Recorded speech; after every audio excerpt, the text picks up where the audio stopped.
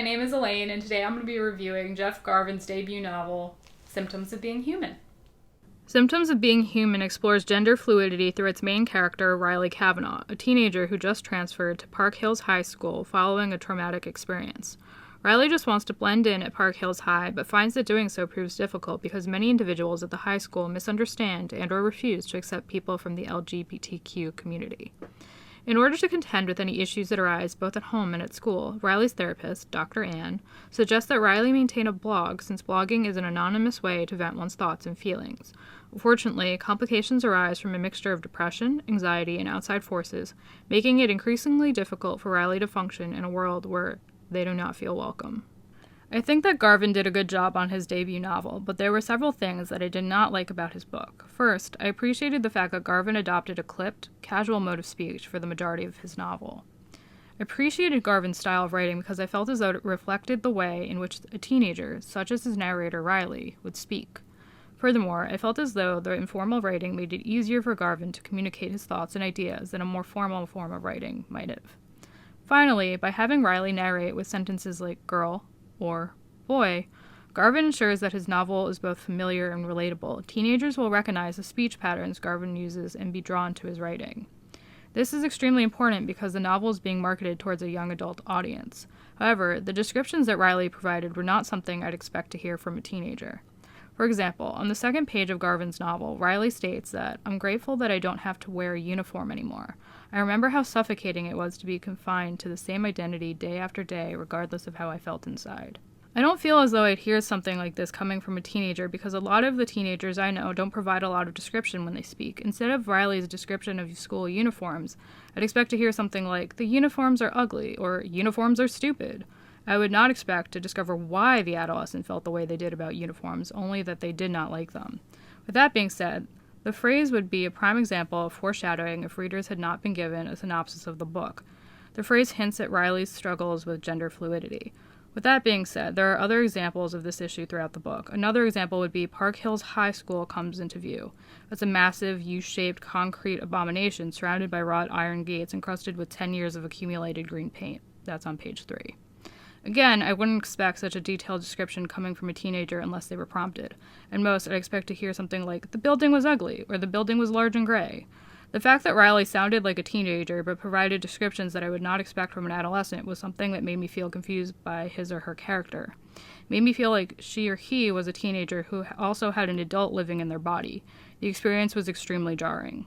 I also did not appreciate all of the typos that appeared in the novel, especially because of the fact that I felt as though they were excessive for a novel of Symptoms of Being Human's size. Typically, the typos consisted of omitted or extra words, but there were also several instances of misspellings. Examples include, "so I say," "some kids were making me fun of me," which includes an extra me, and "when then bell rings." There were also a few instances of awkward and confusing language. For example, Garvin writes, "I choose a desk in the center of the room, drop my bag next to it, and slide into the chair. It's new. There's hardly any graffiti at all. Only the word penis etched in one corner." These lines are confusing because the second sentence's structure makes it seem as though the graffiti is on the chair since it was the last object mentioned in the preceding sentence. However, logic would dictate that the graffiti is on the desk.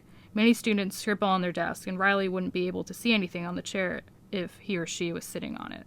Finally, I felt as though the novel was fairly predictable. I think that a large portion of this characterization stems from the novel's subject matter.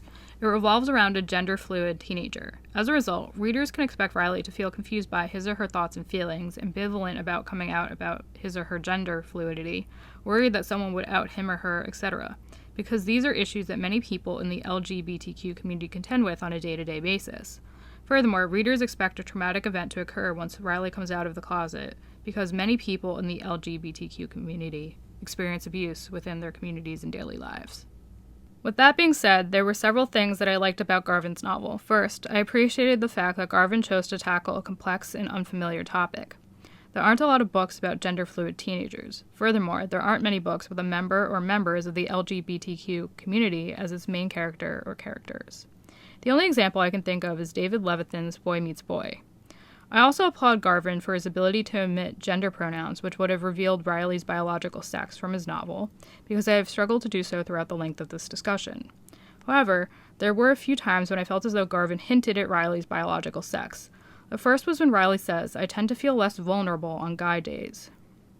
I believe that this phrase suggests that Riley is biologically male because I feel as though Riley would feel less vulnerable whenever his or her gender fluidity dial matched his or her biological sex.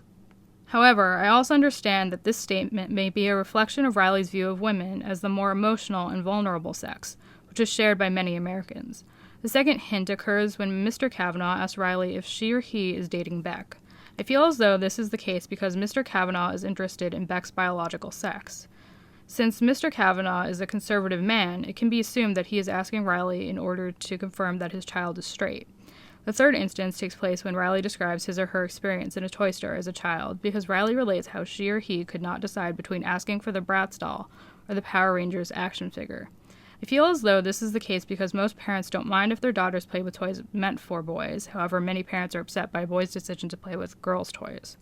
Maybe I'm reading too far into this since Garvin has admitted that he sees Riley as a human being as opposed to a boy or girl, but I feel as though the language used in these excerpts is suggestive. Lastly, I felt as though Garvin did a great job expressing the numerous struggles that people within the LGBTQ community are often forced to contend with. Examples include the anxiety that people often face when they consider coming out, hate crimes, bullying, struggles to identify oneself, etc. Ultimately, I rated this book a 3.4 out of 5 stars. If you'd like to buy your own copy, please check out the link in the description. It comes at no extra cost to you and it really helps out the channel. Also, please feel free to like, comment, and subscribe. Au revoir, mes amis.